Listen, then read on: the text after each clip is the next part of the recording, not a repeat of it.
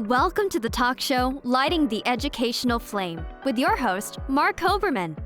The goal of this show is to provide a learning experience to people of all ages, with guests from various fields and academics, a wide range of industries, and insight into the many forms of art, athletics, and entertainment. We hope you enjoy the show. Teen author Shanti Hershenson is today's guest on Lighting the Educational Flame. Shanti has written several books and talks about her passion for writing. She also speaks about the balance between school, social activities, and writing. Hello and welcome to the talk show, Lighting the Educational Flame, brought to you by Great Success Education. I'm your host, Mark Hoberman. Today's guest host is Susan Brender. Great to be with you, Mark. Good to see you as always, Susan.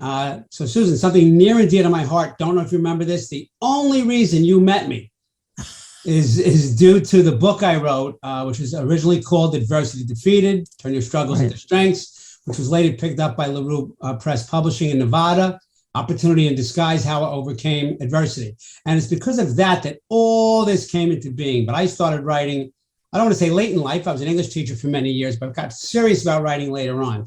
But today's guest is unbelievable because she's a teen author with many books already to her credit. So I think people are going to really love that. Did you get to interview her on your show yet? Well, we actually haven't. We're going to do it very soon, but she is really terrific. And that's why I chose her to be on my show. Outstanding. So give me a minute and then we're going to introduce her to the audience. At Grade Success, it's our job to make sure that your child succeeds in school regardless of the subject or grade level. Our tutors are trained professionals who know how to promote learning and encourage results. Whether you are looking for help with SAT, ACT prep, private and group tutoring, K through 3 reading programs for your child, or educational consulting and college counseling, here at Grade Success, we can help you find the right answer. Visit gradesuccess.com to learn more about our in-person and online program options. Grade Success, where your child's success is our business.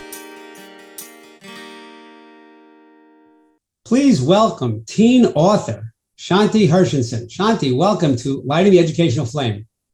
Thank you for having me. It's our pleasure. Shanti, when did you first realize that writing was your passion? Because with you, it's certainly a passion.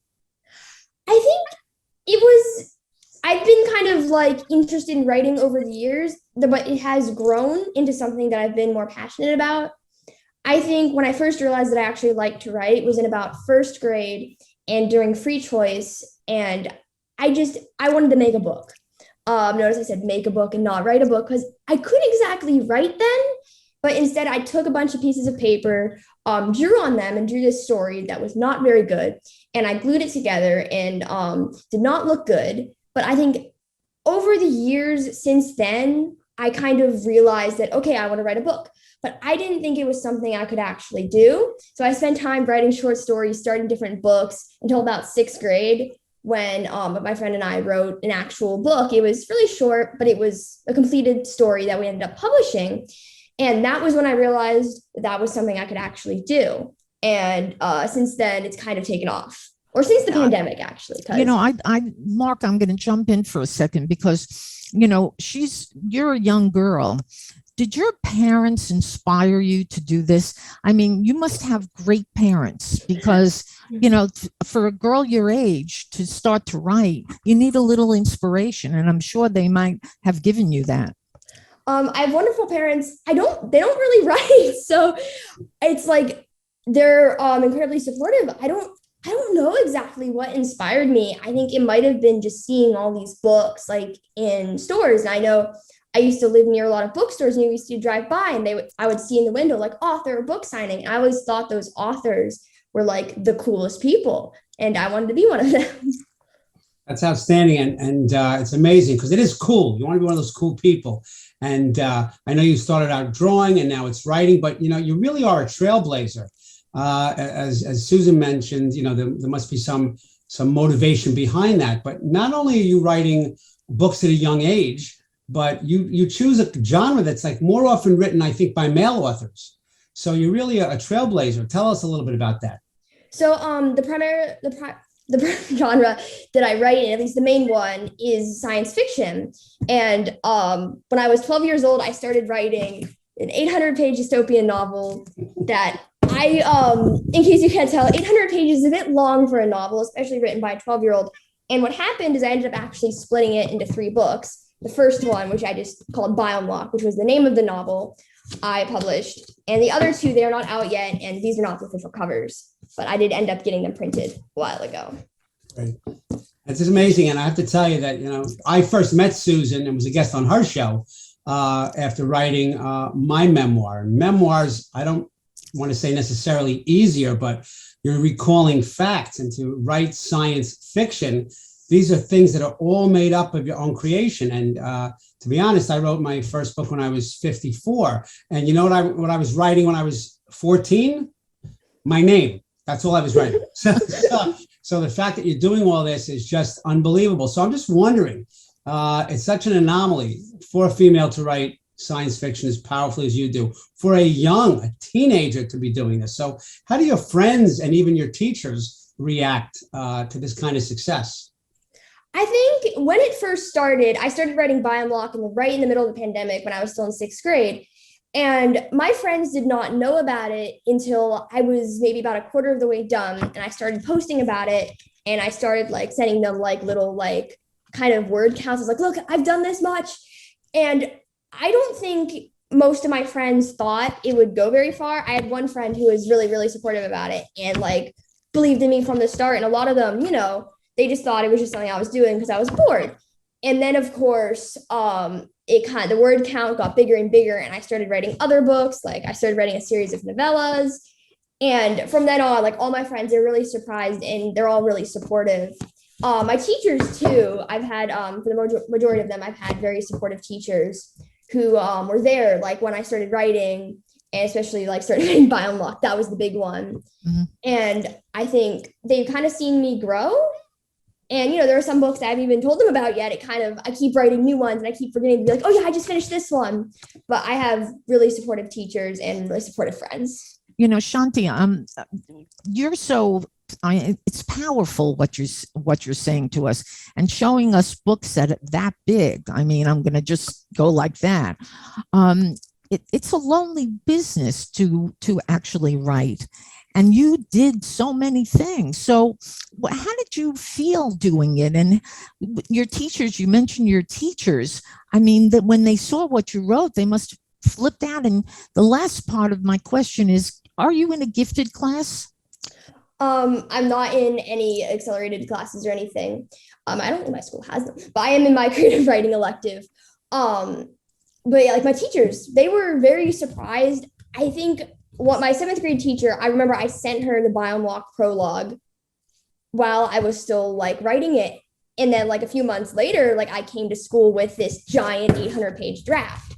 And everyone was really shocked when I just walked into school with that. Because while I'm very vocal about my books on social media with my friends and people I don't know, I'm usually not. I don't often tell people that I write books. Sometimes I do, but very often it's they'll find out about it and they'll be oh my gosh, you write books. And then I'll start talking about it. Well, it's interesting because I don't know if you know this about me, Shanti. I'm a former English teacher for about over 30 years. So, and I've also been able to co-author some books. And there's, as the writing strategy changes, I learn from past mistakes, past successes, but I know how hard it is to be productive on a consistent basis. And you, however, I don't want to take your humanity away from you, but you're a writing machine.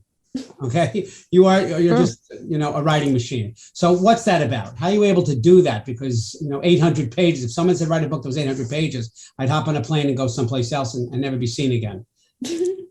So usually the way I write varies per book. I think for the books that are easier to write, which this is a little strange for a lot of people to hear, but the books that are easier to write are the ones that I know nothing about beforehand. And I can just jump right in it and write whatever comes to mind. The book I'm actually writing right now has more of an outline to it because it's an origin story for a villain in a previous book. And that one's been harder to write. But generally, for most of my books, for Biome Lock, for the Xyle books mostly, and for this new one, I write 1,000 words a day. I don't mind how long it takes me to do that, but I have to write 1,000 words and I have to do it every day until the book is completed. And that's been extremely helpful. But there have been some other books like The God's Right Hand. This is not the final cover, by the way. This is a book and I have the first draft done And that one I did about 2,000 words per day. And for even the BioMlock books, there are some days when I could do 2,000 words. And it ultimately, if the book's easier to write, I'll be more willing to do more. Like my favorite book I've ever written, or one of them, is The Accidental Insurgent. This, believe it or not, took me 16 days to write, and I wrote about 4,000 to 5,000 words a day. Mark, And it was super easy to write. Mark, isn't she amazing? She's amazing, because I have to tell you, there's different types of writing in my life. When I was a student, if a teacher or even a college professor said, write 1,000 words, I mean, every 10 minutes I was counting those words. I'm like, let me hit 1,000 and turn this light off. When I started to write passionately things that I believed in and wanted to write, I would have a goal in mind. But if I was hitting a roll, just like Shanti said, if my goal was 1,000 and I was really getting somewhere, I would write more. So there's different kinds of writing. But as a teacher, I've said to people, how about a 250-word essay? You'd think I asked them to pick up a truck. And I'm talking about kids a lot older than Shanti. I taught high school for many years. So it's really unbelievable that you can be so productive. But you're talking about writing. I'm wondering, what books do you actually like to read? I like to read in a variety of genres. I do love science fiction. That's been my favorite genre since I was really young. I do also like contemporary books. A lot of books I really like that are like kind of about serious topics. One of my favorite books is The Perks of Being a Wallflower. And another one of my favorite books is Speak. So I really do like books that focus on serious topics. And I am, a lot of people, like a lot of my friends think I'm really crazy for this. I like sad books. And that's been something that I really like. I guess I really like books that evoke emotion. And of course, you can probably find that in fantasy. And that's another one of my favorite genres. Shanti, one of the things, listening to you speak, it sounds like you can actually be an actress, if you will, because actors have to read lines and they have to remember things. Is that one of your plans for the future? I don't think so. I'm not good like in front of cameras often. I don't know. It would be really hard to be an actor. I feel like I was in my 4th grade play and I did well then, but she probably wrote the 4th grade play. She probably wrote that. That's right. So I'm thinking that. So Shanti, when you talk about Speak, very, very powerful book, very disturbing book, and quite honestly, you choose those kind of things and you probably write that kind of way, but I don't know if Susan knows this about you. You're involved in something else that's very powerful above and beyond the realm of writing, and that's your anti-bullying campaigns. Correct. So I do want to hear a bit about that. I've done anti-bullying trainings in schools and corporations and camps, very serious. And let me tell you, the bullying that is possible today is very different than the bullying that Susan and I have seen as youngsters, because there was no internet, no social media, no sharing pictures. So tell us about what made you get into anti-bullying and what message you're trying to get out to other young people. So in the 6th grade, both my sister and I went through a very traumatic experience with bullying. We were both bullied really horribly, and a lot of it did go beyond bullying. And that completely haunted me. It was pretty much the worst thing that's ever happened to me. It was some of the scariest things that have ever happened to me. And of course, right after that happened, we were stuck in lockdown. There wasn't much I could do. And I think I was horrified, and no justice was served for us. There was no, okay, the student's going to get expelled. They got in like a day of trouble. It wasn't what was supposed to happen. And then the same things kept happening to other people. And I was furious. So I had meetings with my school. I've spoken with the school board. And one of the biggest things that has come out of it was in the summer between 7th and 8th grade, I wrote this book. And it's called You Won't Know Her Name. It's my it's my most popular book. It's my most successful book. And it's the one that people contact me most about. And it is a book that describes everything that happened to me and my sister in poetry. And actually recently I did another one called I Know Her Name. And this is just a collection of poems I wrote during that time. And these are all real poems I wrote. When I wrote them, I had no intention of publishing them. And these books are pretty much helping me work towards like the change I want to make. And yeah, because schools need to be safe. And my school certainly isn't. And I think like bullying, especially in middle school, is something that's really, really like kind of swept under the rug, and people think it's normal. It's just middle school, except it isn't. And if we have that mindset, then we're creating an incredibly safe, like unsafe place for our youth. Shanti, have you been bullied by yourself? I mean, by somebody else, rather? Yes. And could you explain the situation to our audience? Because you've written this book explaining what happened to you. And I think people want to know how you acted and how you really basically, said, I have to write a book because people need to know more about this issue. So it originally started that both my sister and I, we were friends with this person, and they were not a nice person, but we were really young. We were both 11 years old, and then we turned 12 later on. And I guess they were around the same age, and I'm trying to figure out how to explain this. They started out with mean comments, and the comments turned into things that were worse and more harmful, and like really disgusting words, and trying to get my sister and I and people in the group to kill themselves. That was a part of it. And it got to the point where something really, really, really bad and disturbing happened to my sister. And then I, days later, got choked, and she threatened to kill me. And she was like, I'm going to kill you. And then kind of tried to do it. And from that point, like, that was something I understood. I knew if someone puts their hands on you, like, get away from them. And I went to my school. I was crying. I was freaking out. And they did not do nearly as much as they should have. And it's like, I guess, and then right after that, we went into lockdown, and we had meetings with the school. I ended up even speaking to the school board, and then nothing was happening. They were telling us it's just middle school, and more people kept coming to me and being like, something happened to me at this school. I've had the same thing happen, and it got to the point where I just couldn't keep quiet about it.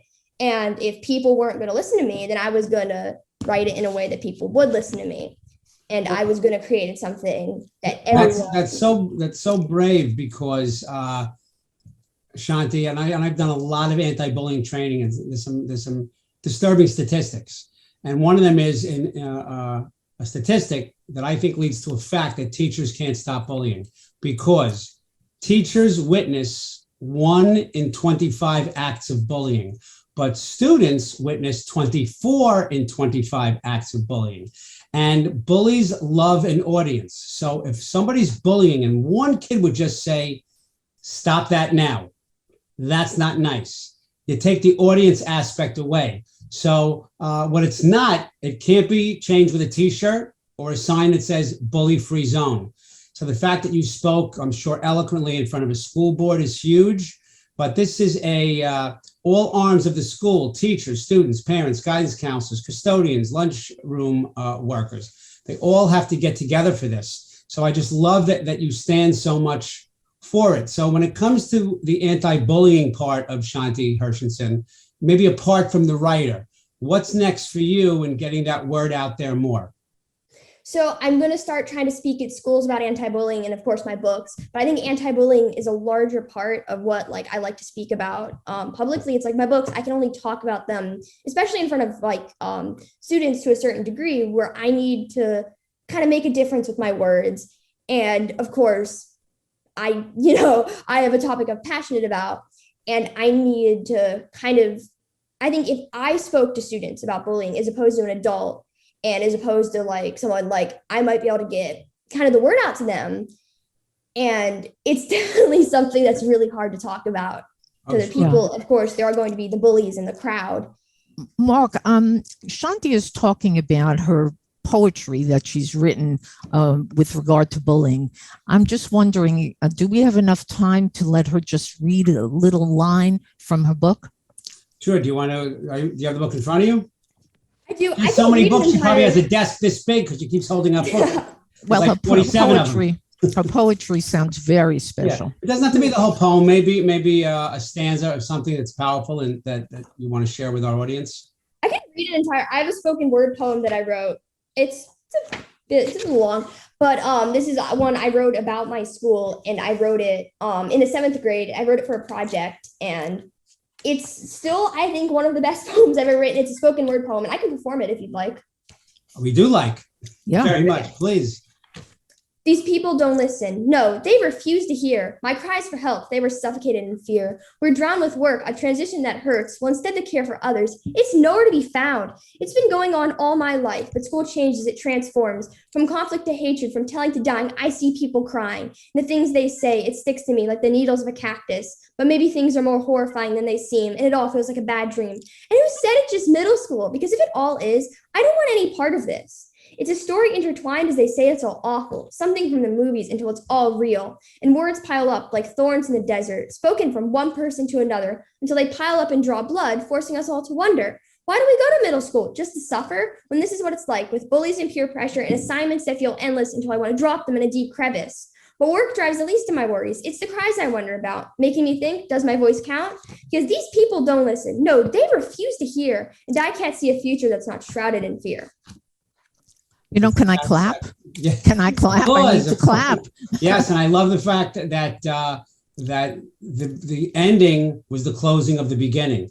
You kind of mentioned that, and I love the connection there, and I think it's just tremendous. And where can people find your books, and also where can people find out more about you? I know you said that people write to you sometimes, so how can they get in touch with you? So you can find most of my published books. I have to keep updating my website periodically. But you can find most of my published books on shantihershenson.com, ShantiHershenson.com. You can find all my books there. You can find blog posts sometimes and sneak peeks. And I'm always adding new stuff. You can find all of my interviews there, everything. And you can also connect with me on Instagram. I respond to my Instagram DMs, all of them. At Shanti Hershenson, ShantiHershenson. And also, this is kind of more of a new thing, but I've been posting a lot of writing tips and stuff about my books on TikTok, and you can find me there at Shanti Who Writes, and I'm very close to 15,000 followers. Wow, that's outstanding. Well, Mark, we have to push her to like our show because, needless to say, she's an influencer. That's right. She's an influencer. And you're 14 now or you're 15? 14. I just turned 14. That's amazing. You could stop now and you'll accomplish more writing than I did in almost 60 years. That's incredible. So just Shanti Hershenson, thank you so much for joining us today and sharing your passion for writing, as well as your advice for other teens about anti-bullying. Thanks, of course, to my partner in crime, Susan Brenner, for co-hosting today's show. This is Mark Hoberman thanking you for watching Lighting the Educational Flame. Catch us Monday nights at 9 p.m. EST on E360 TV, on Roku, Apple TV, other channels coming up. And remember, we're 24/7 on the Lighting the Educational Flame YouTube channel. Have a great day. Shanti, thank you so much. Thank you for having me. Thank you. Thank you, Shanti. Thank you for watching Lighting the Educational Flame. To contact Mark Hoberman, email him at info@gradesuccess.com or visit him on social media through Facebook, Twitter, Instagram, and LinkedIn. Thank you for watching Lighting the Educational Flame.